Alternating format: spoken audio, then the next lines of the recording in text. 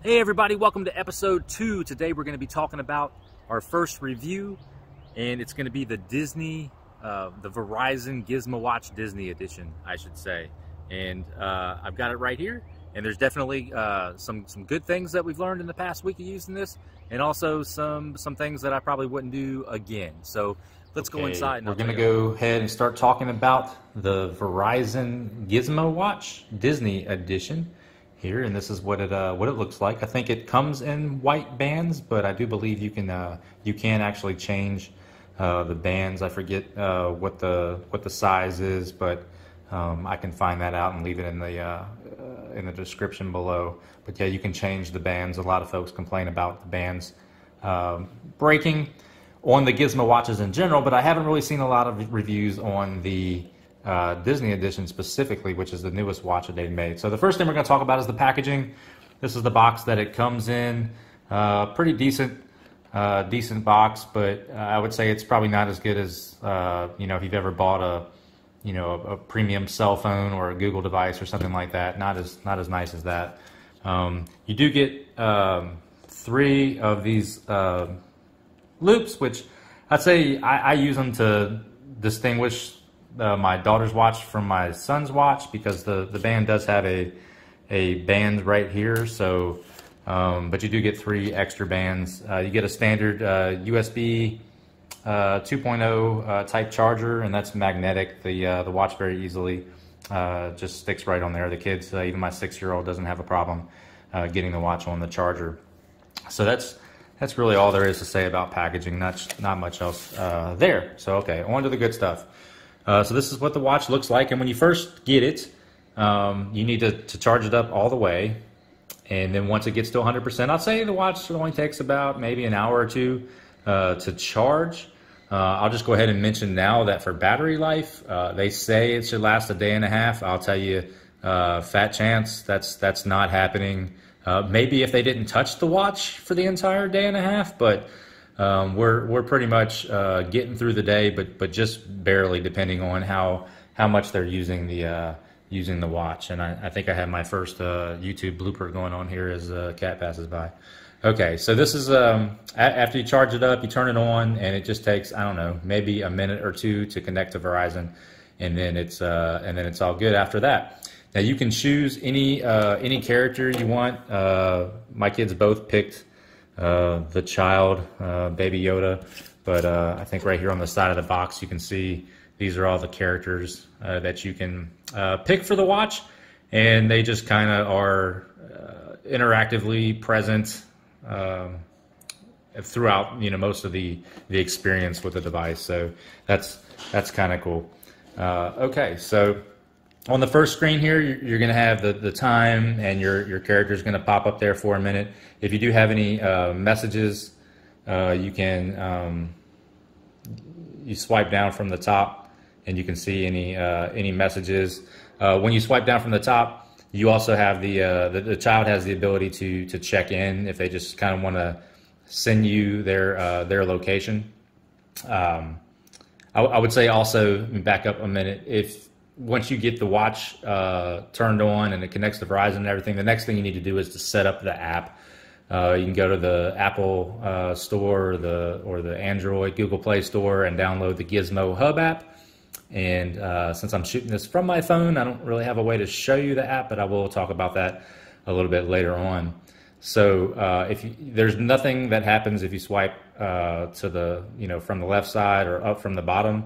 You can only swipe to the right, and that brings up your list of people, right? So there I am, Dad, and they have the option to call me if they hit that phone button, or they can send me a message. Now, if they want to send me a message, they do have several options. They can basically hit the microphone button and voice record something. They can send an emoji, or they can send a picture.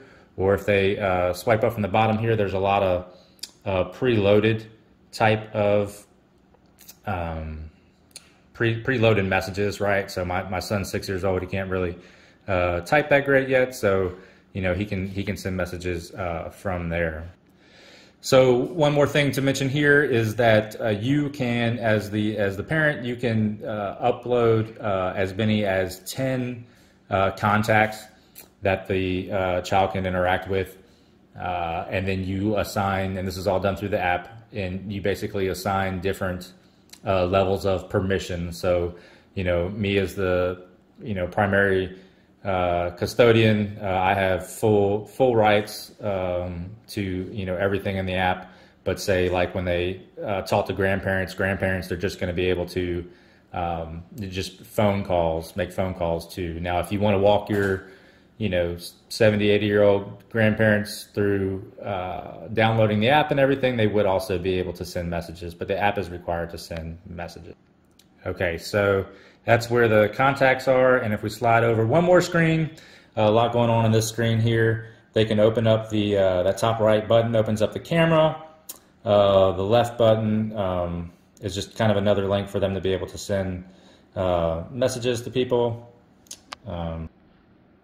Okay, the bottom right one, my son actually enjoys a whole lot. You hit that, and you can actually get the weather forecast, and there's Baby Yoda coming back onto the screen, and you can even slide over here and kind of get the 3-day forecast. So they're always like super excited when they see the sunshine, and they even like, hey Daddy, it's going to be cold today. I think I'm going to need to wear a heavier jacket or something like that. So that's pretty cool. Okay, back to this screen here, this bottom left-hand button, this is where you actually select your character. So there's Baby Yoda, Iron Man, Darth Vader, Buzz Lightyear, Minnie Mouse, and Elsa.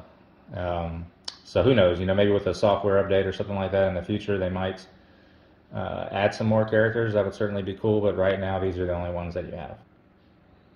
Okay, so we just we swiped over.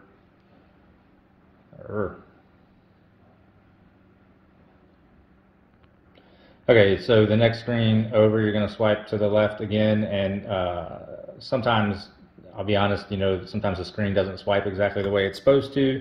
I always just hit this this button right here on the side, and that just basically turns the screen off, and then you can turn it back on, and usually that fixes the problem. So this top left button is on the games, and so I believe on the original Gizmo watches that Verizon did, there was like games that you could actually play on the device, and so at first it looked like these were just more or less sounds. So if you pick Darth Vader, you can hear some sounds here, but I'll tell you, it's probably not going to do good with it not on the wrist, but they were like just moving around, and like it literally sounded like my son was swinging a lightsaber around the living room.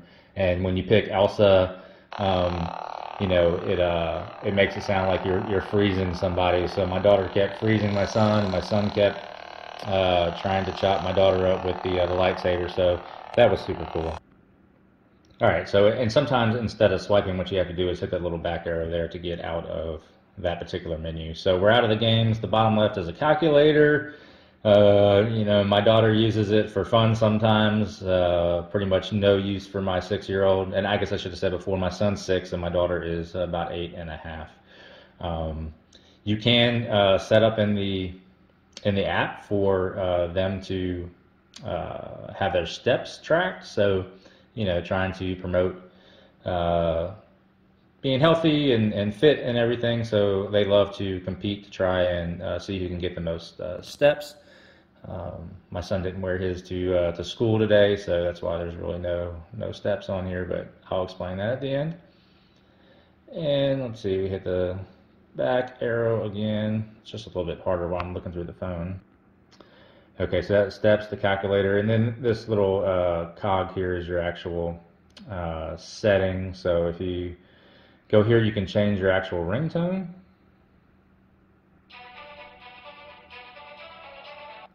I got some about six different ringtones.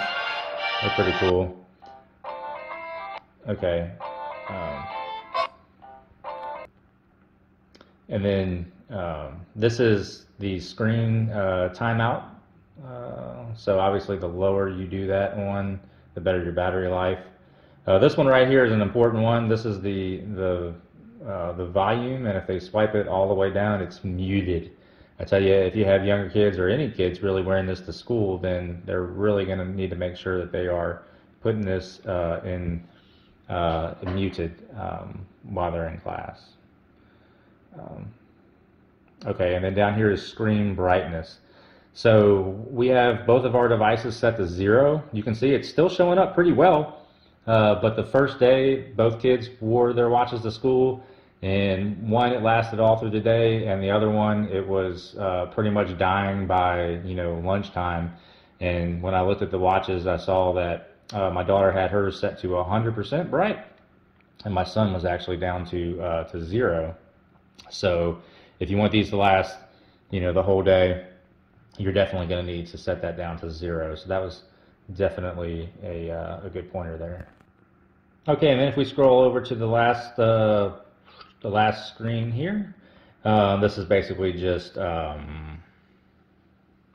mumbo jumbo information about the actual device. So nothing that the kids need to know or learn about there. Okay, so closing thoughts. I was really impressed overall with the watch. I mean, we've only been using it for about 1 week, so who knows, it may completely fall apart in another week or so, but so far, I mean, as long as you teach your kids how to take care of it, I think it's going to work out pretty well. Now, the biggest revelation from all this was it was too much responsibility for my 6-year-old kindergartner to have. He was all on board with all the rules. He had to put it in mute mode when I dropped him off at school, and he was expressly forbade from using it during school time. And he straight up called me like in the middle of class one day and got in trouble with his teacher, and she made him take it off and put it in his school bag. And it came home smashed in the bottom of his bag. I mean, it wasn't broken, but he had a heavy water bottle on top of it and everything. So I was just like, look, buddy, I'm sorry. I don't think you're ready for this now. So we're going to try again, maybe this summer. But my daughter, on the other hand, she's 8.5 years old, and she just loves it. She calls me at recess. She calls me at lunch. She, sends me a message from after school care asking when I'm going to pick her up. And I just love having that peace of mind, especially if your kids are going to go away for the weekend or not be with you for some amount of time, just knowing that they can really call you anytime they want. And I was really impressed by the amount of control I had as a parent from the app. So I can put it in mute mode. I can put it in what they have called school mode on there, where you can basically make the watch, not work. So you can control every aspect of the watch from the app. You can control who they're interacting with. If somebody happens to get the watch's phone number, they can't call. Only the people that you put on the app can make a phone call. So overall, I'm pretty happy with the watch. Biggest lesson learned was 6 years old is maybe a little too young, unless maybe my 6-year-old just isn't ready for that. I'll say that your 6-year-old might be. So I hope you enjoyed this review. I plan to do a lot more videos like this. Got a lot of stuff thinking about. We're going to go on a big camping trip here maybe next weekend, so I'd like to talk about camping with the kids as I really start to initiate the process of getting out of the military and retiring. And I'll talk a little bit more about those kinds of things as well. So again, I know I am horrible at doing this, so I appreciate any feedback that you have, anything that you would like to see as far as type of content that we make here. So anyway, thanks for watching episode 2 of The Vet Dad, and until the next time,